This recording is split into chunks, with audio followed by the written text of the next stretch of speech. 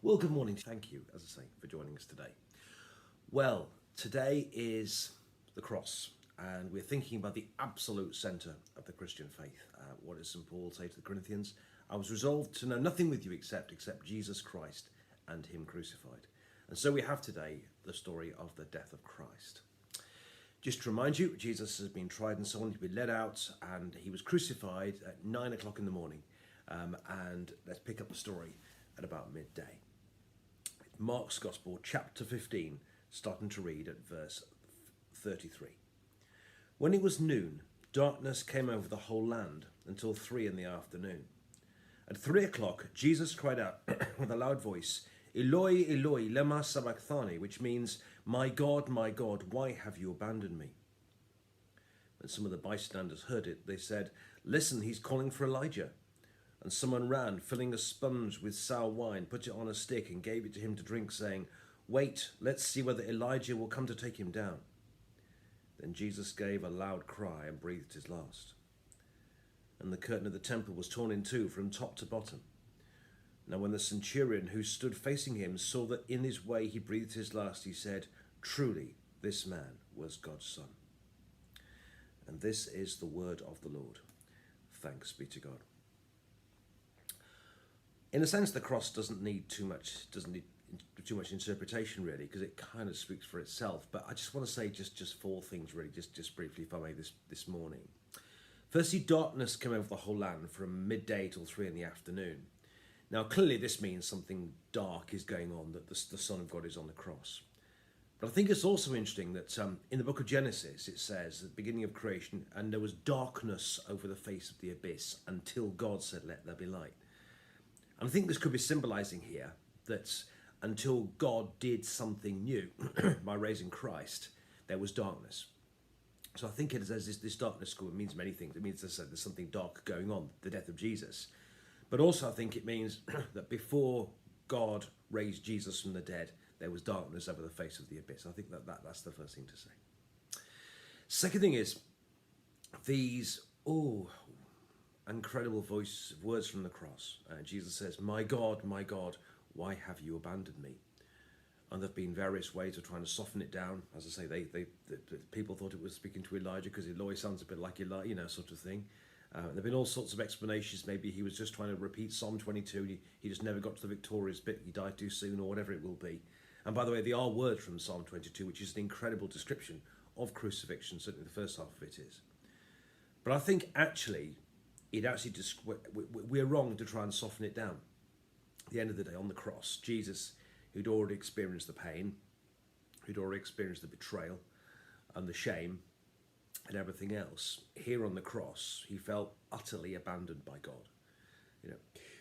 My God, why have you abandoned me? These are devastating words, and I think we need to feel them really, because in some ways we all feel abandoned from God sometimes. We all have times in our lives when God feels a long way away, and Jesus has experienced that. And actually, he experienced separation from God, so in the end he could bring us unity with God. And so I think it's right that we feel what's going on here as much as we possibly can, that Jesus on the cross said those words, my God, why have you abandoned me? And I think it's right that we feel them, really. I think it's important that we do, and recognise that Jesus felt that abandonment from God. Thirdly, at the point when Jesus died, it says that the curtain in the temple was torn in two from top to bottom. Now, as I understand it, there was this, in the temple, God was thought to live behind the temple, and there was this great big 30-foot temple from top to bottom, and it was woven diagonally. By tearing from top to bottom, it can only have been ripped from the top, which means that God did it. And these are, again, an incredible sign that God was no longer confined to behind the curtain. That actually by tearing the curtain of the temple, it means that God's available for everyone. And that whoever we are, whatever we've done, wherever we may be, God is available for us.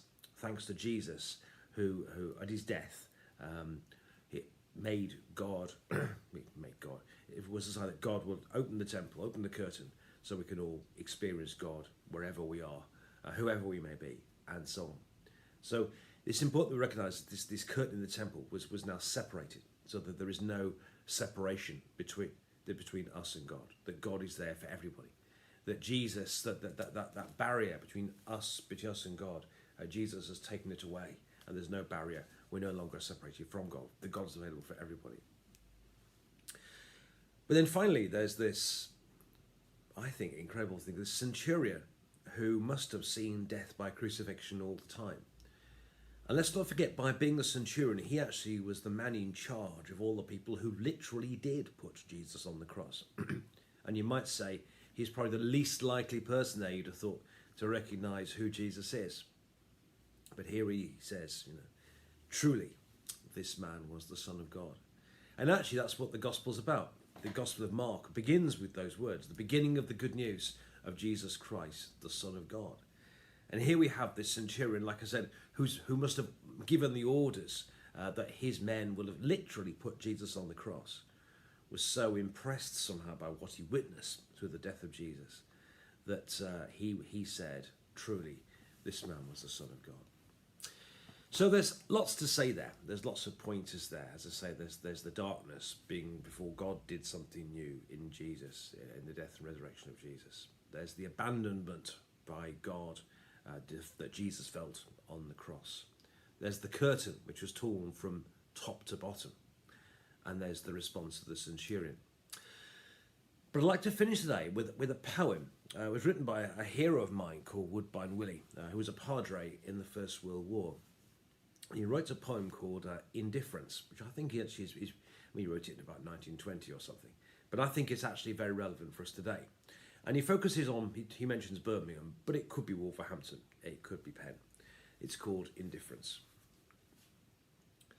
When Jesus came to Golgotha, they hanged him on a tree. They drave great nails through hands and feet and made a Calvary. They crowned him with a crown of thorns. Red were his wounds and deep, for those were crude and cruel days, and human flesh was cheap. When Jesus came to Birmingham, they simply passed him by. They never hurt a hair of him, they only let him die. For men had grown more tender, and they would not give him pain. They only just passed down the street and left him in the rain. Still Jesus cried, "Forgive them, for they know not what they do." And still it rained, the winter rain that drenched him through and through. The crowds went home and left the streets without a soul to see. And Jesus crouched against a wall and cried for Calvary.